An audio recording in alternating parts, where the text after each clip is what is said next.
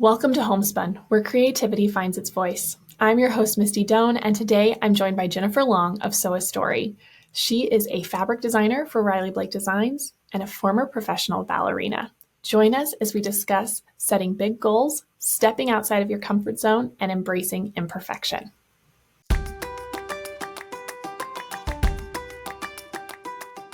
I am here with Jennifer Long today. I am so excited for you all to get to know her a little bit more. Jennifer, thank you so much for being here. Hello, Misty. Thank you for having me. I appreciate it so much. So fun to be here. Oh, it's always good to catch up with you. I really appreciate you coming on and chatting with me. And I just love your story. And so I'm excited for everyone to hear more about it. So let's dive right in because I think you have such a unique backstory. You started as a ballerina. So can you share a little bit about that?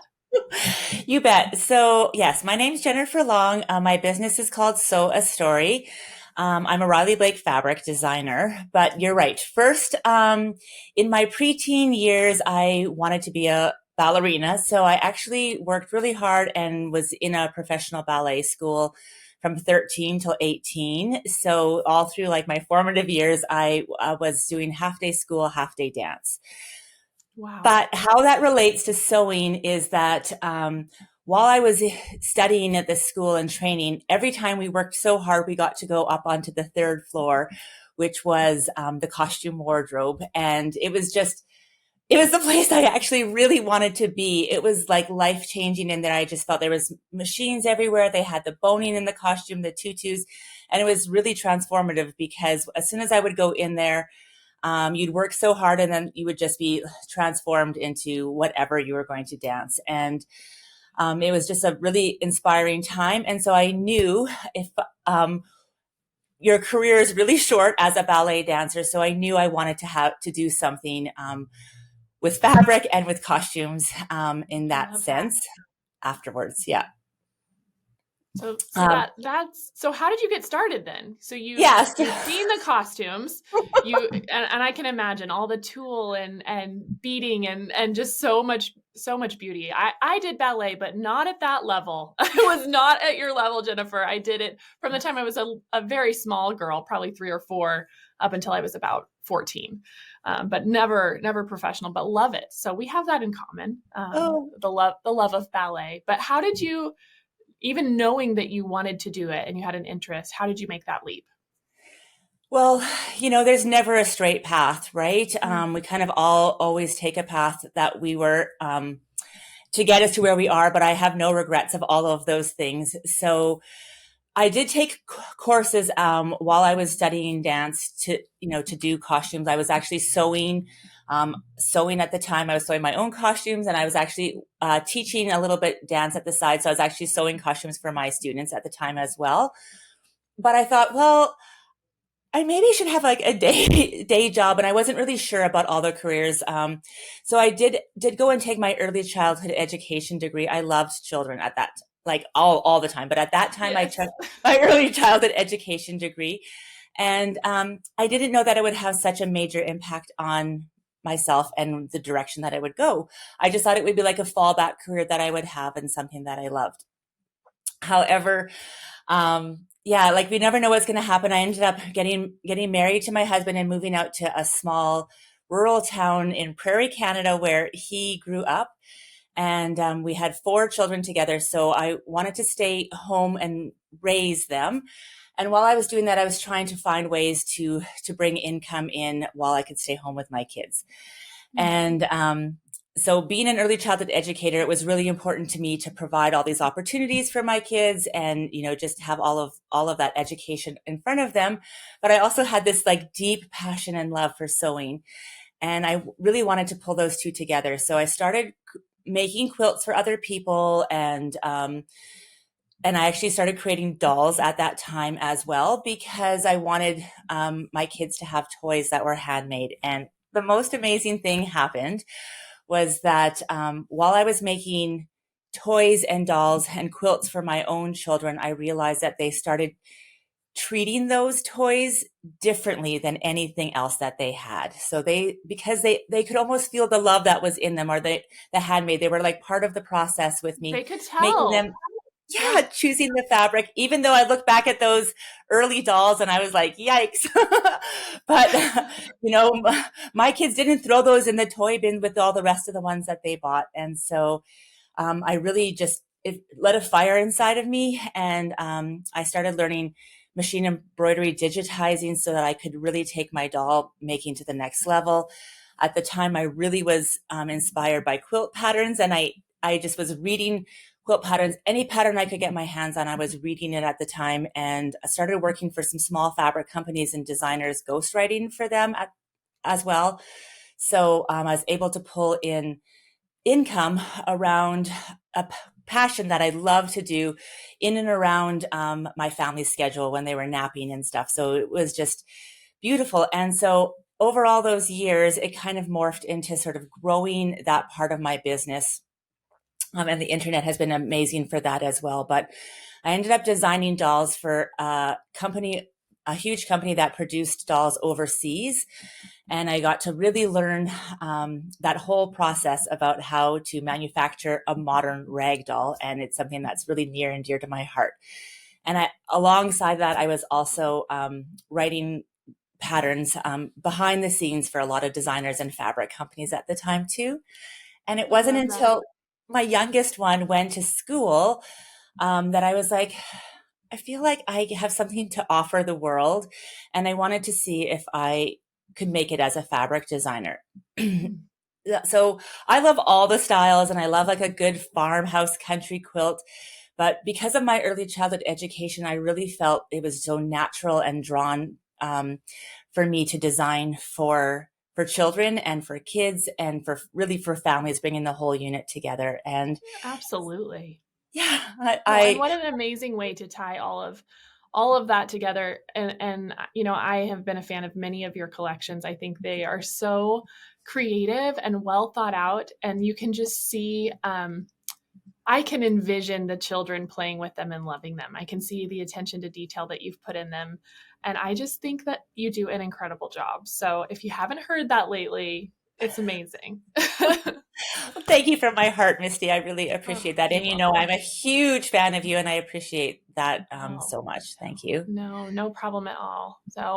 Um, so then you made this leap, and I love where we've gone here because for the life of a creative, it never moves in a straight line, right? It's always kind of this meandering path that we least expect. Like people ask me often, "Did you think you would be teaching quilting when you grew up?" And I'm like, "If you would have told me all those Right. years ago when I was sitting there with my grandma sewing that this would connect to my career in some way." 25 years down the road, I would have never imagined, I never. know. But I also wouldn't change it. And I think that's the same, right? You as a young girl, there you are wanting to be a ballerina, but recognizing this beauty in the costume room and seeing it just kind of your life wander its way to this beautiful beautiful place. It's really really amazing. I also wonder if you might share, because you touched on something that I haven't heard anybody else talk about, which is the ghostwriting side. How did Oh, you find that opportunity in writing patterns for other people? yeah. Well, interestingly enough, I think there was, I mean, I was following designers at the time too that I loved. I loved sewing and I got into it like from a tester point of view. So at the time, I don't know if it's as big of a deal now as it was, 15 years ago, but um, to tech edit someone's pattern, they often had people test the pattern. So they would Sure. send you the pattern and you could like sew up the whole pattern and then give them feedback. But I found myself, because I was like obsessive about quilt patterns, I would have like a stack of magazines and patterns by my bed every night. And that's what I would read. And I would think while I was doing it, oh, this would be clearer if they would do this XYZ, or this would be make it, I would have written this pattern this way. And I didn't know at the time. I was just like absorbing it all in, but I was really like teaching myself fundamentals of quilt patterns and what I liked and what I didn't like. And so when I started testing for other designers in the industry that I loved, the feedback I was giving to them, they were overwhelmed with positivity from it. They were like, wow, thank you so much. I didn't think of that before. And I was like, oh, I just thought everybody thought this way, and so I was kind of taken aback. And then they'd say, well, have you ever considered writing a pattern? And I says, well, I've like made my own designs all the time. And so I was started helping these designers in this way. And then once you kind of, it's all about making connections, because once you start making connections within an industry or within a company, then the word gets around. They're like, oh, I have someone that's writing patterns for me. That's excellent. We don't have any errors in our patterns. Yeah. Then they like share your name around too. And it kind of like just goes through that way. And it was just beautiful at the time because I mean, I love it all the time, but it was really beautiful at that time because I didn't have to be on social media. I didn't have to Right. promote myself. I could focus on my family and then just do what I loved, which was like writing patterns for people. Absolutely. I love that. And like I said, I just hadn't heard anybody talk about that angle specifically. And I think it's another reminder that, if you don't have time to put out a bunch of Instagram posts, or you don't have time to maybe even design a fabric collection, it doesn't mean that it can't be a beautiful step on that journey to still offer a skill that you're ready to dive into. Right. And I think it ties back to obviously your early childhood education, right? You knew how to teach.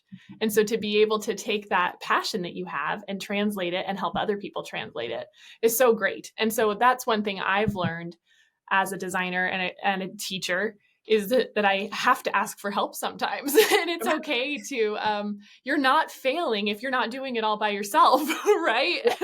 And what we say in the quilt pattern industry now is that like, it's really not like you cannot tech edit your own pattern because you're just too close to it. So even like the best writers, they need someone else to look at their pattern to read it because you just Absolutely. can't catch it. You can't catch all the things, and everything's better together anyways.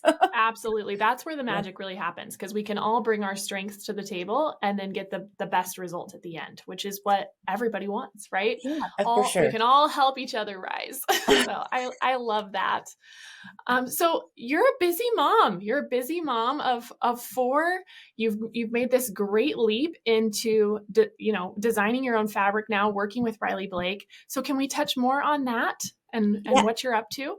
for sure. So I think this is kind of also maybe an important thing to say about like the journey and how to get there and perseverance Sure. because so I knew in my heart that I really wanted to work with Riley Blake Designs in this capacity. And I submitted a portfolio to them with all of my collections in it at the beginning. And it got turned down. And they were the only company I submitted to. And of course, I was like sad, for a day. And I was like hurt. But I was thinking, okay, my friends at the time were saying like, oh, well, like, why don't you try a different company, like submit it to a different company. And I thought like, I wanted Riley Blake Designs. And so This was the goal.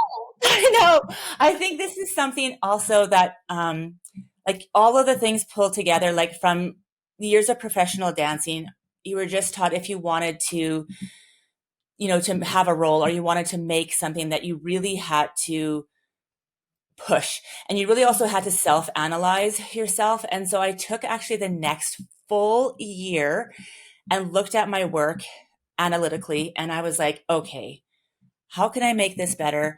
How can I make this more accessible? And then also I did a lot of research on Riley Blake and where maybe I could serve the company and fill in the needs of designers they already currently had. So I did a lot of research and a lot of work. And I think when people see the end, they don't always see the whole pathway that is taken, right? Or the no's that you have received in order to get there. Absolutely. Yeah. And I think it's super important that we just can't get discouraged by no's because there's no's all of the time. Even now, there's still no's, Absolutely. Yes. I mean, and at the end of the day, I can't remember who told me this, but it stuck with me for so long. But, we often think or hear what's the worst that could happen if we put ourselves out there. And really the worst is no, but also what's the best that could happen, right? And that's the reminder that even in those no's, you have to keep going because there's something great that's waiting on the other side. We just have to be willing to look at ourselves, willing to adapt and change, and not just respond with negativity, and instead respond with opportunity, because it's out there. And I love that you shared that part of your story, because so many of us have experienced that, and it can be devastating. And it probably was for a little while, right? Oh yeah. Like, Oh like, yeah. I mean, of course, there were tears, of course, but they also like yes, propelled me further forward, right? And then yes, a year later, I submitted a portfolio that now looking back at the two, the first one wasn't ready. Like Riley Blake had yeah, it right. They know what they're doing, you know, and the second one was ready. And I was so grateful for this opportunity with them. But you know, I'm working on my 8th and 9th collection with Riley Blake now. And yeah, so I feel so blessed and grateful. And you can just, yeah, use those as a learning, like lose those as a stepping stone and as a learning. Instead of getting discouraged or turning my back and trying to go in a different direction, I just was like, okay, what can I make better here? And yeah, I've learned so yeah. much too.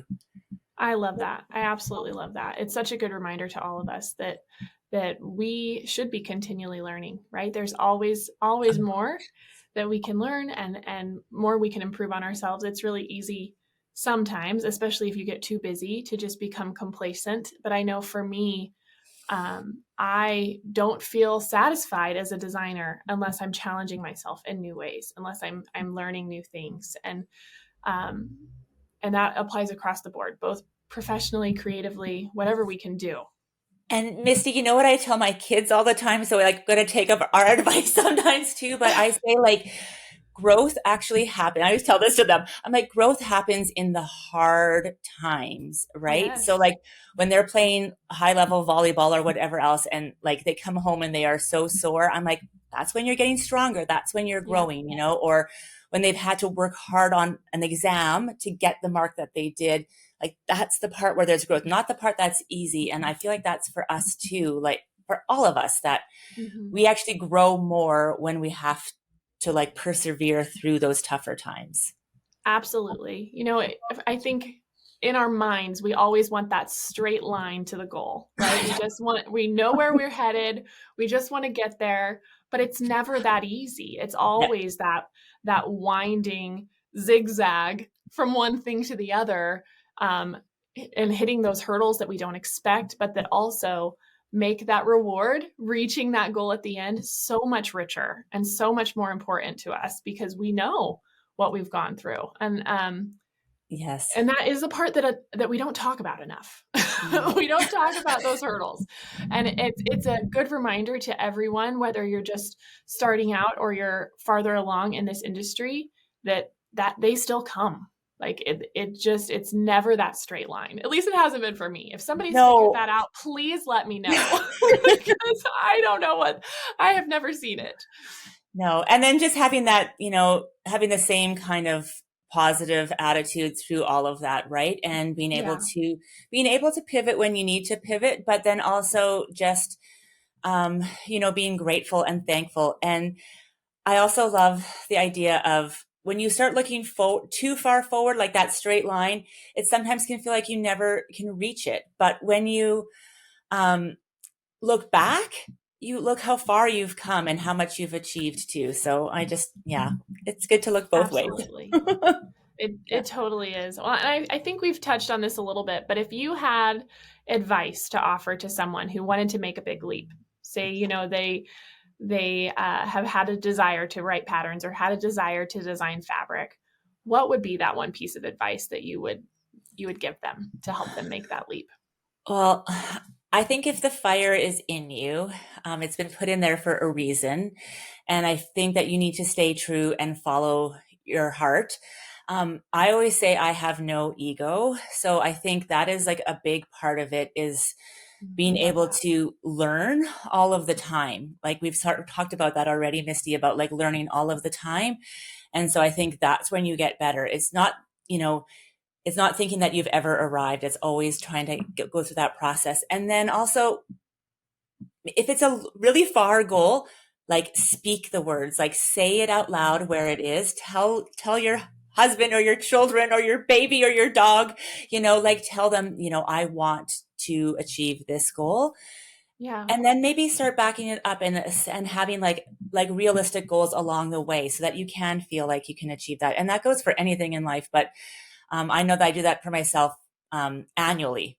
Like Yeah. annually, I set quarterly goals for myself all the time that I want to achieve. And some of them I make, some of them I surpass, and then some of them I just like, like I don't feel discouraged that I didn't get it. I just like adjust.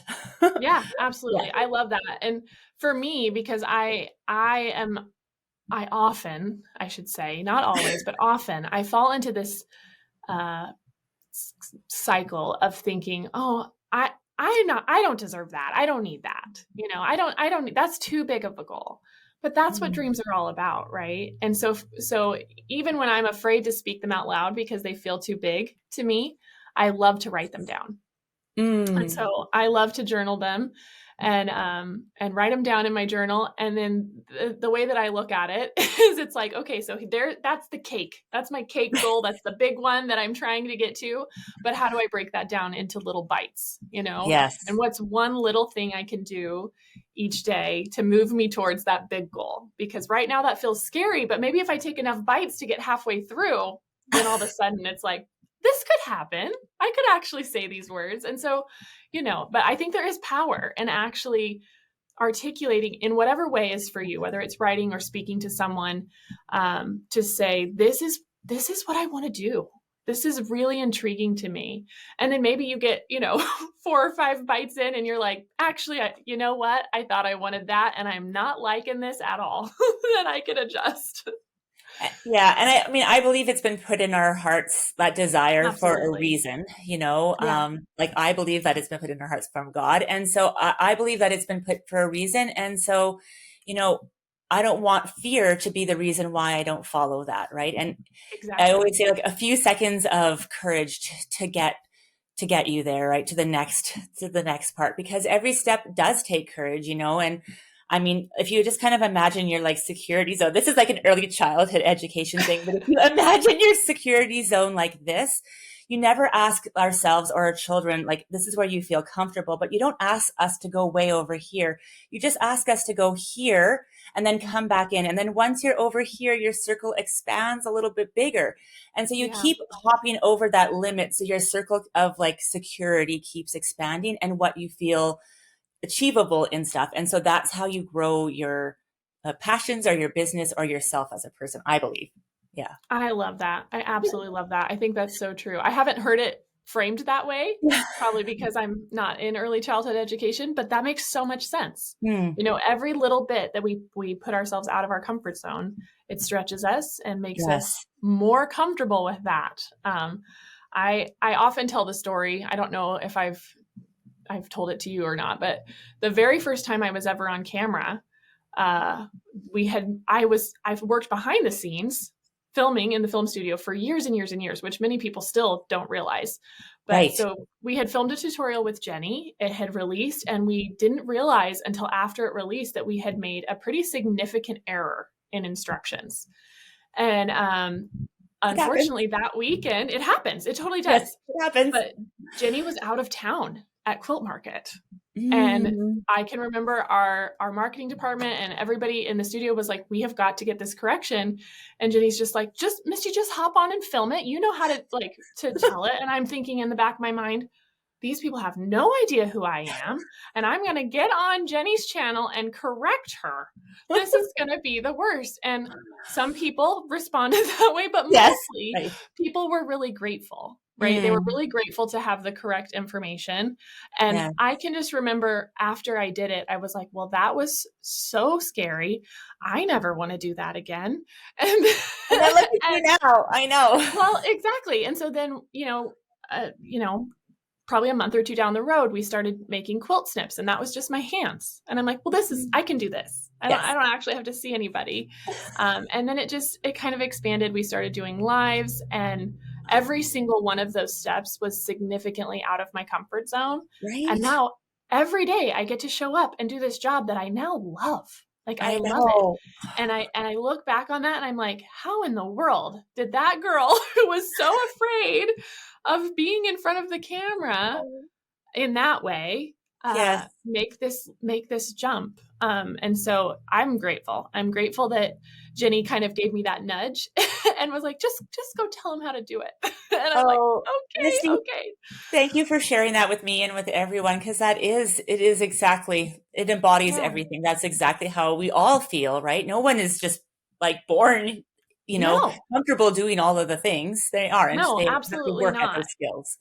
And one Yeah. of the things I think I've learned the most in the years of doing it now, because it's, gosh, I don't even know how many years it's been now, five, six, that I've been making videos. But one of the things that I've learned is I don't expect perfection from anyone else. And so I don't think we should expect it from ourselves either. Like, it's okay to get up there and, if my stitches are bad, I'm like, whoops, I better fix that. And that's one of the things that I learned from Jenny for sure, is she's so great at just rolling with it. And so having her as an example definitely helped. That's beautiful. And making Helped. that real, like Yeah. it makes you real, right? It makes Yeah. us real, like real people. Exactly. We're moms, we're humans, we're really people, we're real people that are just doing like these dreams that we've had. Yes. Yes, because for me, like, I can be such a harsh critic of myself. I am never that way of anyone else. I Yeah. think everyone else is just like amazing and inspiring, but then I'm over here beating myself up. And I've had to really remind myself, if I wouldn't treat someone else that way, why would I do that to myself? And Yes. so that would be my piece of advice. Give yourself credit, give yourself grace, and just try. Spread those wings a little bit. I love it. Exactly. We have to love ourselves first and put our oxygen masks on ourselves before we can Yes. like truly love on others. Yeah. Yeah, I it's agree. so true. I agree. Um, Oh, okay, yes. so we have had the most amazing conversation. So let's just shift gears a little bit. So Okay. as a creative, one thing that I have to do to constantly fill my bucket is to do something different. And so I'm wondering what you do to stay creatively fed. Yes. Well, so I actually work full time Mhm. in this industry as I well. know. Yeah. I work full time for Riley Blake Designs, and then I also have my business, which is So a Story. Yeah. And so yeah, you are right. We do need to like just fill ourselves up. And my kids are 18 is the oldest and 11 is the youngest right now. Okay. Oh, And so so fun. yeah, we have four, boy, girl, boy. So it's really busy evenings and weekends with sports and activities and homework and just being present. And I think a shift that I have made from being available all of the time and staying home to working full time and running a successful business is that it's less to me about the quantity of time and Mhm. more about the quality of time. So Absolutely. refilling for me is just like removing distractions, putting my phone away. I've actually like done a lot of like putting that device away so I can focus completely on a child or my husband, or just be present Yeah. when I need to be present. And then also exercise is a big part of who I am. It's the easiest thing to let go, because Mhm. the only person that I'm hurting is myself. Like Mhm.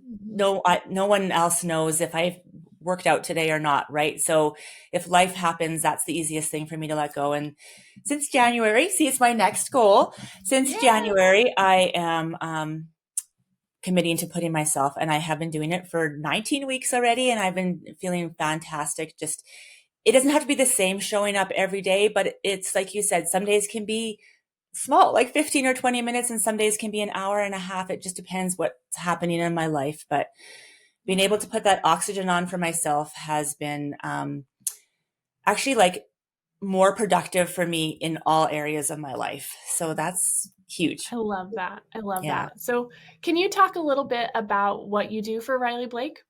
Sure. So I manage the pattern department at Riley Blake Designs. So all of the years of ghostwriting and reading all those patterns at night, who knew that it was going to lead to this dream job? So I am, yeah, so I can't say it enough. So blessed and honored to be part of the Riley Blake Designs family and be able to contribute in this way. So yeah, managing the pattern department at Riley Blake. So you work with all of the pattern writers, and I imagine a lot of the designers as well. Yeah, it's That a dream job. It's so good. so fun, so fun, and I love Yeah. that. Like, did you Yes. even think when you were ghostwriting that that was even a possibility? No, and I just at the time, I mean, I didn't actually think too far ahead because I was like in the thick of raising my kids, but I I think like you are saying, I am a perfectionist and I think it's like part of all of these things in my life that have taken me to here, have brought Mm-hmm. me here. And so I think I just really like wanted to make sure I was doing this like fantastic job. And so I always wanted just to it was never good enough here. I always wanted it to be just that much better. And so I think, it served me well. And who knew that I Yeah, would end up here when my kids were all in school? But it has been like every day I wake up and I'm so grateful for the opportunity to work with all of the designers and work with this company that I love so much and I'm so passionate about, and work on something that I feel like I really have something to offer this industry. yeah, And absolutely. Oh, I love that. That's so amazing, and it's a real life example of doing what you can to work towards those goals and seeing it come to fruition. So I yes, love that so much, Jennifer. Thank you. Thank you thank for sharing you. that. So Thank you. what's up next for Sew a Story? What do you have coming up? Oh, so much excitement. So I have a collection that's out right now. It's Little Witch. We're just doing like promoting that collection. Missouri Star is actually has that Yes. collection on. So make sure you go to Missouri Star and grab the fabric and the patterns for Little Witch. I have another collection that's coming out in October. It's called It Takes a Village, and it's my take on just lifting up all of those around us in our communities. And one thing I just wanted to touch on is that as an early childhood educator, I wanted to really make sewing accessible to children and make sewing like a family experience. So I brought to Riley Blake and created these. I'm getting known for my felt panels. So if you haven't ever seen a felt panel, just like look it up. It is so wonderful for kids. On my felt panels, I make 2 seam allowances, 1/4 inch and 1/2 inch, so that depending on the age you're working with. But I do have some here. They're just these wonderful little They're so great, Jennifer. I'm so glad you talked about these because they are darling. I love them. Yeah, you can just like, cut out all these shapes and there they are. People have been like sewing them onto their bags and just different kinds of things, or you can use them as play mats or just to develop, kids' fine motor, to develop their speech, develop their creativity.